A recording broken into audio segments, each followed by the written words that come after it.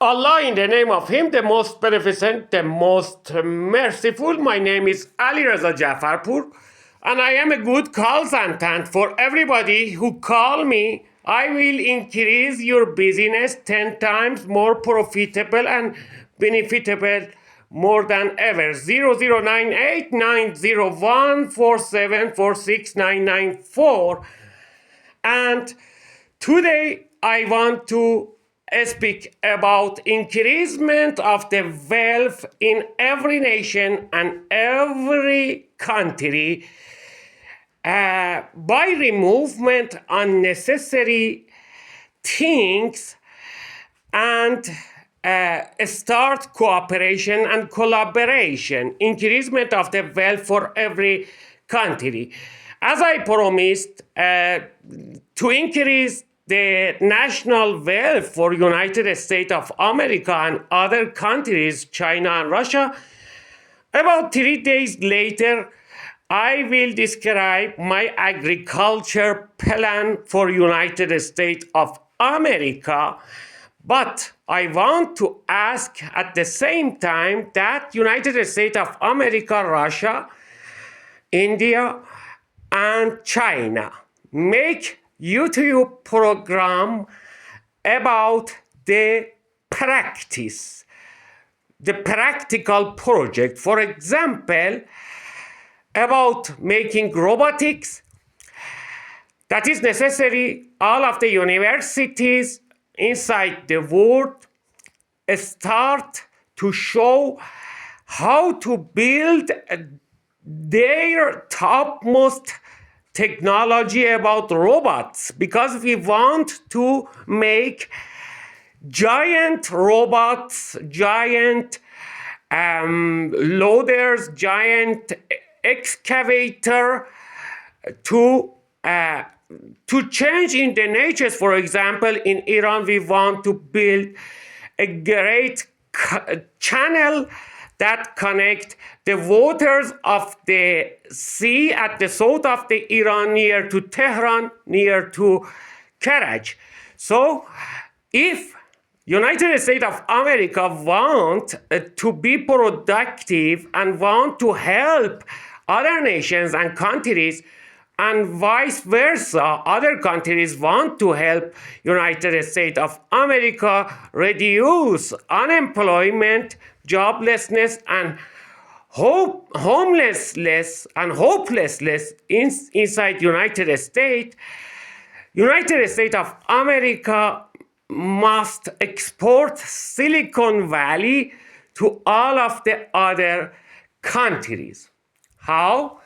By making live YouTube program, you educate to all of the universities, especially industrial universities inside Iran, to build a great giant robots. These robots will go to the nature and make changes in the nature, excavate, make channels, make increasement in the national wealth in every country, and remove and reduce all of the unnecessary procedures. For example, the Western countries make IELTS exam for Iranian students, and this is not necessary,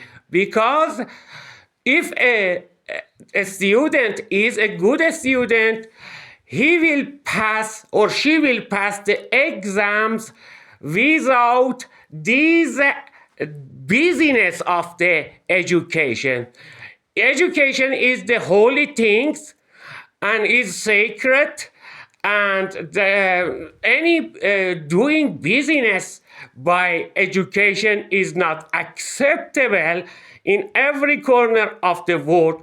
And if we want to make the better generations, and if we want to make advancement in the new generations, and these new generations will help us to make a jump in science and technology And my promises about longevity make people another time young, make new families, and prevent destroying of their races. For example, there is no marriage inside Europe. There is a little marriage inside United States of America and many other countries. They will disappear because they will lose their population by aging and by not making families. So the America population, America original population is in the danger. Also European races, Russian races, they are in the danger because there is no baby producing in these countries. So we want to make new families in every places in the world, in every country, and we want to improve everything. So I want to ask United States of America, Russia and China, Japan and British countries, and European countries, and many other advanced runners in the technology and science show to other nations their topmost practical achievement about making everything, especially about the robots, because these robots gonna to go to nature and extract all of the wealth. Then we will make international business between this new made wealth, and this new made wealth will be a basement for new international money and monetary system, and so and so and so. And as a result, we will see the increasement of the national wealth for every country. So this is my recommendation. Every university, especially top universities like Stanford, like industrial universities, for example, in Iran Sharif and many other universities, they put their knowledge into the practice by showing directly and live programs in YouTube. There is a famous saying by Ali. Ali was the student of the Prophet Muhammad, peace upon him.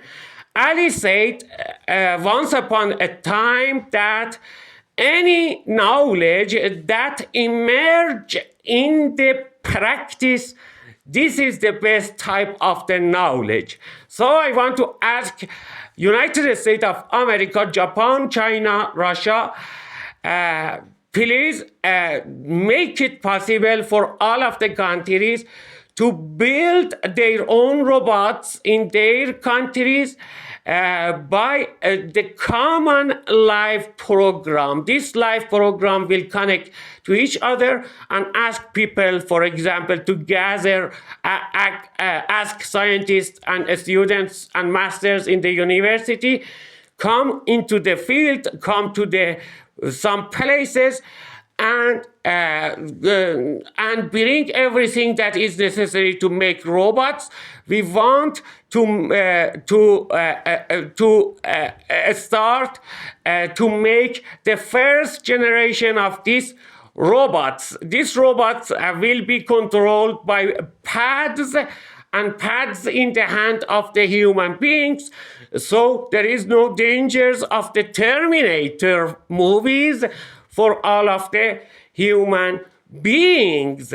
So if they do this, they will help all of the countries to have enough devices and equipment about extracting the wealth from nature, and this wealth will be transformed to other other things, for example, transform to money, and this money and wealth is exchangeable. So we will see the growth of the GDP for every country, plus we will see the growth of the wealth, and we will see the growth of the international businesses in every places in the world. As a result, we will provide cheaper life. I mean that, for example, the minimum cost of the living for every new couple who want to marry and other couples. And you will see that the producing of the babies gonna to be increased in the world, and that is good for the future of United States. They will have increasement of the population that are the same race in their country. So we prevent, especially American and European countries, from a bizarre bankruptcy of losing populations. Losing populations in Western countries, especially in the Western countries, will make invisible bankruptcy in these countries. And if they lose their population, they will lose opportunity in the future. And I want to serve every nation, every country, even United States of America, even European countries. So I want to ask another time, United States of America and European countries, plus China and Russia, do whatever is beneficial and profitable for Iran and Iranians. If you help Iran and Iranians, I will do miracles in your country. Not just about improvement of the lives, improvement of the increasement of the wealth, building up your society and reduce crimes. The salvation is waiting for you if you start these cooperations. So let me shift to Persian language and talk with Iran and Iranian about the very important thing that I said for Iranians. خب عزیزان همیهن ایرانی، من در واقع طرح جامعه کلی رو برای همه مردم جهان و به خصوص برای آمریکا توضیح دادم. اون چیزی که به زبان انگلیسی مطرح کردم دیگه الان فارسیشو مطرح نمی کنم به صورت جمله به جمله. فقط این رو میخوام عرض بکنم که ما تو ایران بایستی در واقع طرح آینده رو، اون تصویر آینده رو طراحی کنیم. وقتی تصویر مهیا باشه همه نیروها بسیج میشن برای به عمل رساندن اون تصویر. و اون تصویر چی هستش؟ تصویری که من برای جامعه ایران ترسیم میکنم این هستش که کلیه دختر و پسرهای جوان که هنوز ازدواج نکردند، اینها میرن و رجیستر میکنن به عنوان زن و شوهر که روشش رو در جلسات گذشته توضیح دادم و در جلسات آینده هم توضیح خواهم داد. خب یه دختر پسر جوانی که هیچ پدر مادر پولداری ندارن و هیچ هم در بساط ندارن و در 7 طبقه آسمان که الان شده 99 طبقه از 1400 سال پیش تا الان تغییر پیدا کرده، اینها در واقع هیچ آینده ای ندارن. ما میخوایم برای این دختر و پسر جوان که رفتن ریجیستر کردن یک در واقع آپارتمان تهیه کنیم، یک خونه تهیه کنیم، لوازم خانگی تهیه بکنیم و برای ساعت به ساعت این زن و شوهر جوان و تازه ازدواج کرده، این دختر و پسر جوانی که دوست بودن و الان دیگه ازدواج کردن و ازدواج حکم الهیه و سنت نبویه و الی آخر، در واقع ما میخوایم که تمام موهبات زندگی رو فراهم بکنیم، رفاه رو فراهم بکنیم. نهارشون مشخص باشه که امروز پیتزا میخورن، ظهر یا شب چلو کباب میخورن، فردا صبحونه کله پاچه میخورن و همه چیز این زندگی از نظر مادی و مالی تامین شده هستش و تمام ایران بسیج می شود که تمام خانواده های ایرانی از کلیه امور در واقع منفعت ببرن، زندگی هاشون در نهایت کیفیت ممکن باشه. پس تصویر مشخصه. شمایی که الان سفرت خالی هستش، شمایی که الان بیکار هستی، شمایی که الان در واقع زندگیت اونجور که باید و شاید کیفیت نداره، در واقع مثلا جیم نمیتونی بری، جیمناستیک منظورم همین سالن ورزشی نمیتونی بری، بدنسازی نمیتونی بری، خیلی از چیزایی که در واقع ضروری، غیر ضروری، نیمه ضروری هستش از زندگی شما رخت بربسته به خاطر اینکه مدیریت اقتصادی اونجوری که باید و شاید اون کوالیتی و کیفیت زندگی رو برات فراهم نکرده. این رو برای تمام مردم جهان دارم میگم، برای اروپایی ها، آمریکایی ها میگم. اول اون تصویر اون زندگی رو که ما میخوایم برای 8 میلیارد انسان بسازیم که مثلا در هند ما کودک فقر رو نداشته باشیم، کودک کار نداشته باشیم، کودک فقیر نداشته باشیم و عرضم به خدمت شما و همه مردم در واقع شغل داشته باشن و درآمدزایی بکنن و افزایش ثروت ایجاد بکنن.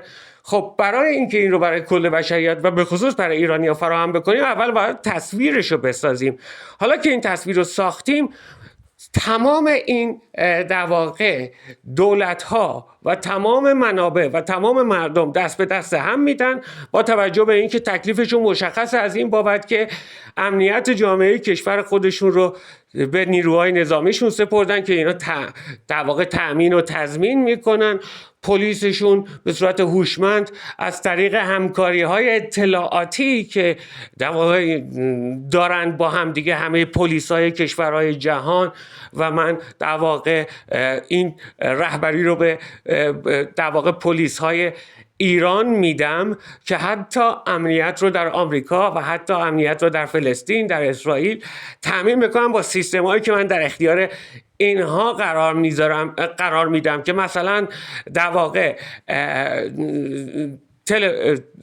در واقع از طریق گوشی‌های تلفن همراه، این کاری که الان داره صورت میگیره البته به صورت مخفیانه هستش توی آمریکا و تلفن‌های گوشی همراه در واقع اوضاع احوال تمام مردم دنیا رو ثبت میکنن و تک تک مردم دنیا با تعجب توی گوشی‌هاشون میبینن که من مثلا امروز راجع به قرمه سبزی صحبت میکردم، گوشی تلفن همراهمو که برداشتم به محض اینکه روشن کردم مطالبی راجع به قرمه سبزی اومده بود. خب ما از این قضیه میتونیم استفاده کنیم، اوضاع احوال خصوصیات افراد رو که در چه شرایطی هستن، در چه مودی هستن از نظر روانی، مثلا در چه وضعیتی هستن، افسرده هستن، غیره و غیره و غیره، ما این رو در واقع اینا اطلاعات میره به یک کامپیوترهای مرکزی در هر شهر و اینا آنالایز میکنن که فلان شخص امروز عصبانیه و احتمال داره یک خطایی ازش سر بزنه که برای جامعه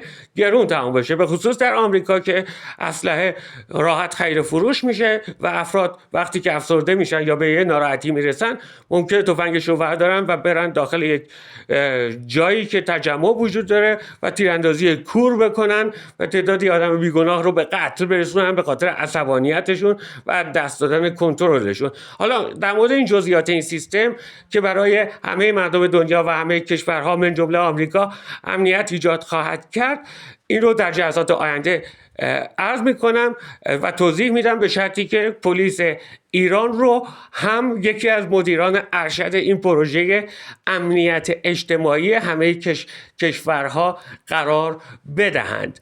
عرضم به خدمت شما همه این چیزهایی که من عرض میکنم به شرطی که ایرانی ها رو استخدام بکنن و مشارکت بدن، بستگی به اون در واقع درصدی هم که ایرانی ها خودشون رو خود کمبینی نداشته باشن و خودشون رو در واقع بالاتر از هر در واقع سیستم دانشگاهی و غیر و غیره بدانند با این دانشی که من هر روز خدمت مردم عزیز ایران عرض میکنم. و از جمله این هستش که من از کشورهای آمریکایی و غربی خواستم که اگر خواستن دانشجوی ایرانی رو بپذیرند بدون اینکه دانشجوی ایرانی مجبور بشه از اینجا پاشه بره انگلستان یا بره آمریکا، از طریق آموزش راه دور و از طریق همین یوتیوب تو همین کشور خودش در واقع فارغ التحصیل بشه، من عرض کردم که اگه دانش آموزی یا دانشجوی خوب باشه امتحان خودش رو پاس میکنه تو اون رشته تخصصیش.